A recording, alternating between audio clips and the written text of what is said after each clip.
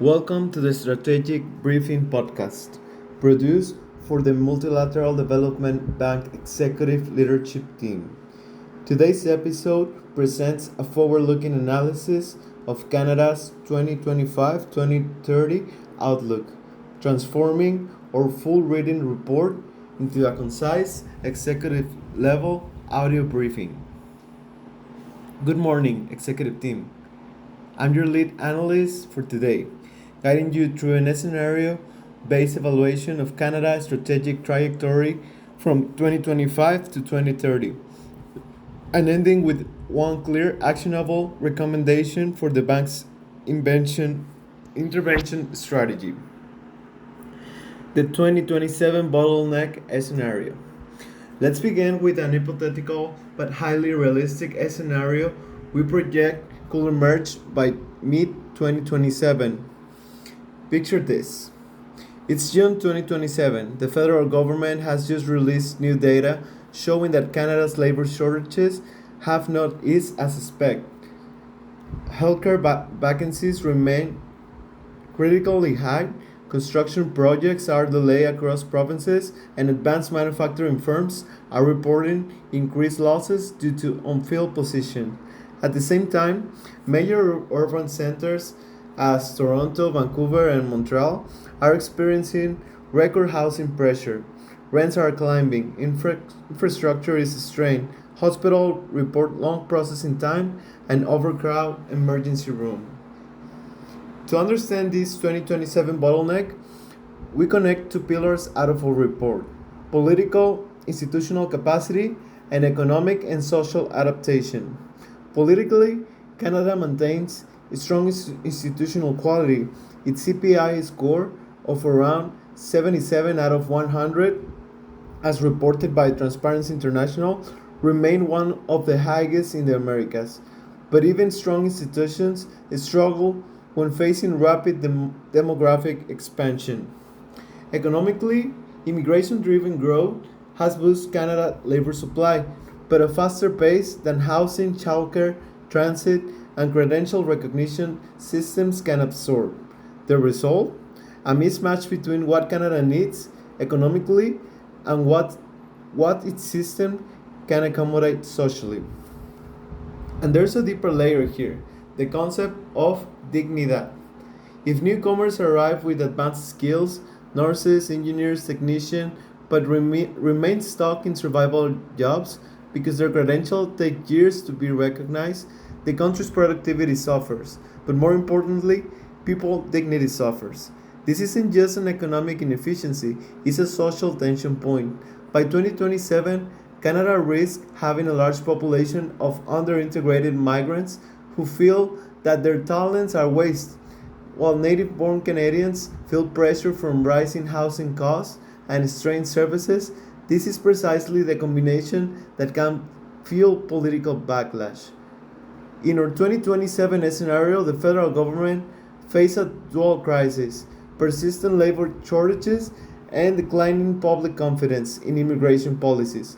Provinces demand faster credential recognition, businesses demand workers, communities demand affordable houses, and newcomers demand fair access to the jobs they were trained for.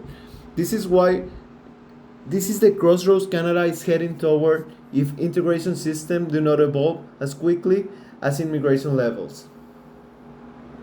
Let's zoom out and connect the scenario to hard data. Our justification is grounded in figures from the World Bank, IMF, Statistics Canada, and Transparency International, as included in our written report. Some key data points are: Canadians' public debt rose from 86.7% of GDP pre-COVID to 117% during the crisis, stabilizing near with 115% according to the IMF after COVID. The GDP growth plunged from minus 5.2 in 2020, then rebound to plus 5% in 2021, showing strong resilience. Unemployment jumped from 5.7% to 9.6%, to later falling into 7.5 7.5% per Statistics Canada. Your job vacancies peak at over 1 million positions in 2022 to 2023 according to Statistics Canada and the Manitoba Chambers of Commerce. Immigration targets reach 500,000 permanent residents per year, with the Migration Policy Institute by 2025 identifying Canada as one of the world's most open immigration countries. The numbers tell a consistent story. Canada's economy relies heavily on immigration to sustain growth, but integration capacity has not kept the pace. This is a structural pressure that makes our 2027 bottleneck scenario plausible, and why our strategic recommendation focuses on immigrant labor and market integration. Actionable takeaways. Our final forecast is clear. Canada will remain politically stable, low corruption, center-left country with moderate economic growth. Immigration will continue to be its main engine of demographic and economic resilience. However, if integration systems do not expand in parallel, labor shortages will persist, social tensions may rise, and economic productivity will fall short of its potential. That's why our reports propose a targeted MDB initiative titled Digital Labor Integration and Credential Recognition Program for Canada 2025-2030. This intervention leverages Canada's existing Atlas strengths, strong institutions, low corruption, and technology capacity to address its main structural vulnerability. The program will finance and support a unified digital portal for credentials recognition with warranty processing timelines, bridge training programs for regulated professionals, health engineers, trades, gender-sensitive workforce integration, including childcare support for immigrant women, regional matching system to direct newcomers to provinces with severe labor shortages but lower housing pressure, conditional disbursements tied to measurable outcomes like reduced processing times for smaller immigrant employer gaps.